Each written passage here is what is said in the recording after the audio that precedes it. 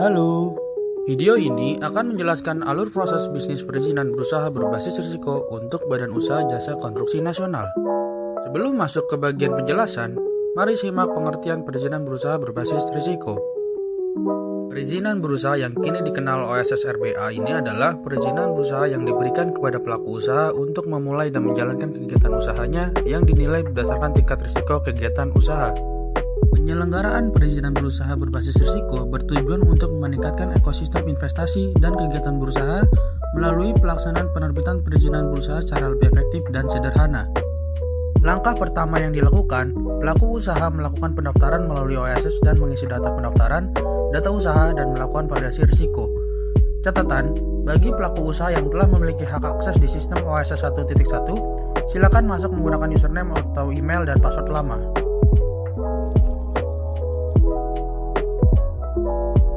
Kemudian, pelaku usaha menyatakan persetujuan kesanggupan pemenuhan persyaratan kewajiban perizinan berusaha.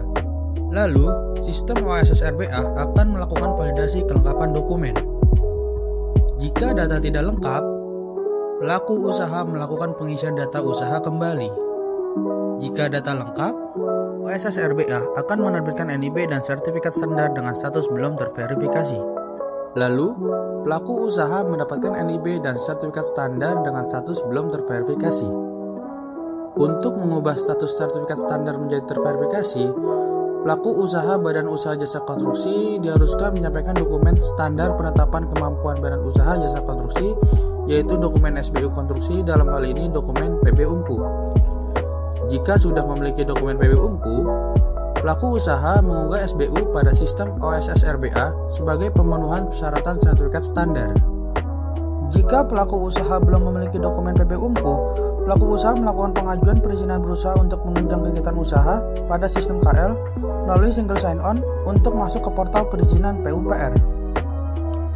Selanjutnya, pelaku usaha memilih jenis pengajuan di PB Unku dan menyesuaikan permohonan baru, perubahan atau perpanjangan mengacu pada SBU versi PP nomor 5 tahun 2021 sekaligus memilih asosiasi dan LSBU pada portal perizinan PUPR.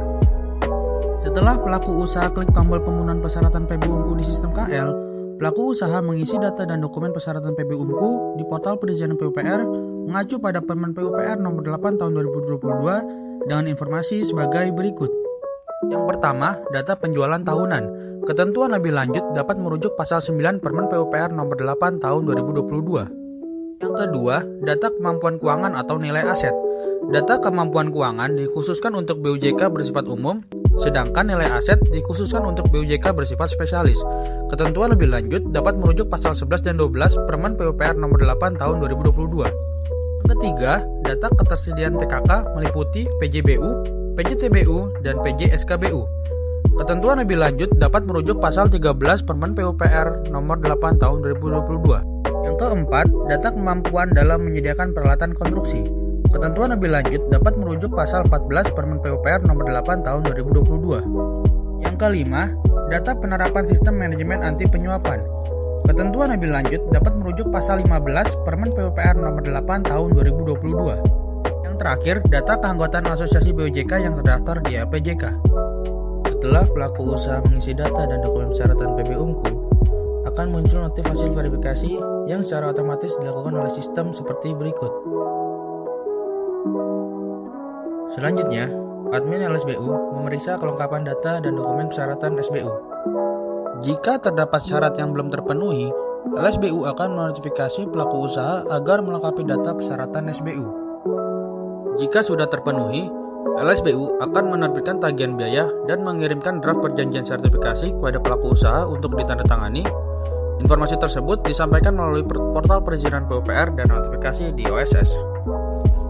Kemudian, pelaku usaha menerima notifikasi tagihan pembayaran dari LSBU dan melakukan pembayaran. Kemudian, menyampaikan bukti bayar melalui portal perizinan Kementerian PUPR paling lambat 7 hari setelah terbitnya surat tagihan. Kemudian, admin LSBU melakukan konfirmasi pembayaran pada sistem APJK. Jika pembayaran dalam waktu 7 hari kerja belum terkonfirmasi, maka proses tidak dapat dilanjutkan. Saat pembayaran sudah terkonfirmasi, LSBU mengklik proses sertifikasi dan melanjutkan proses penilaian badan usaha. LSBU melakukan penilaian kelayakan badan usaha oleh asesor di LSBU yang dilaksanakan proses sertifikasinya paling lama 15 hari. Jika hasil penilaian menyatakan bahwa badan usaha tidak layak, maka proses sertifikasi dihentikan. Pelaku usaha dapat mengajukan banding dalam jangka waktu 14 hari setelah selesai proses sertifikasi.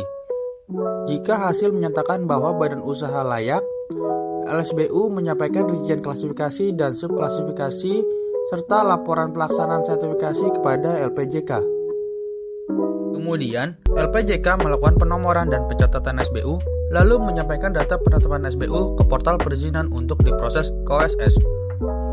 Kemudian, portal perizinan PUPR memproses data SBU, lalu menotifikasi OSS bahwa data teknis sertifikat standar sudah terkirim ke OSS RBA. Kemudian, pelaku usaha menerima SBU pada laman PBU Unku dan mengunduh SBU yang telah terbit. Kemudian, pelaku usaha mengunggah SBU pada sistem OSS RBA sebagai pemenuhan persyaratan sertifikat standar. Kemudian, pemegang hak akses dalam hal ini PUPR melakukan verifikasi sertifikat standar berdasarkan dokumen SBU yang diunggah. Jika data tidak sesuai, maka dapat tidak disetujui. Permohonan ditolak dan dikembalikan untuk dilakukan perbaikan. Jika data sesuai, dapat disetujui sehingga NIB dan sertifikat standar terverifikasi terbit melalui sistem OSS RBA. Dokumen tersebut akan ternotifikasi hingga ke LSBU. Kemudian, OSS menerbitkan dokumen perizinan berusaha. Dan akhirnya, pelaku usaha mendapatkan sertifikat standar yang sudah terverifikasi. Demikian penjelasan singkat mengenai proses bisnis perizinan berusaha berbasis risiko BUJK Nasional. Jika membutuhkan konsultasi lebih lanjut, dapat menghubungi kontak di bawah ini.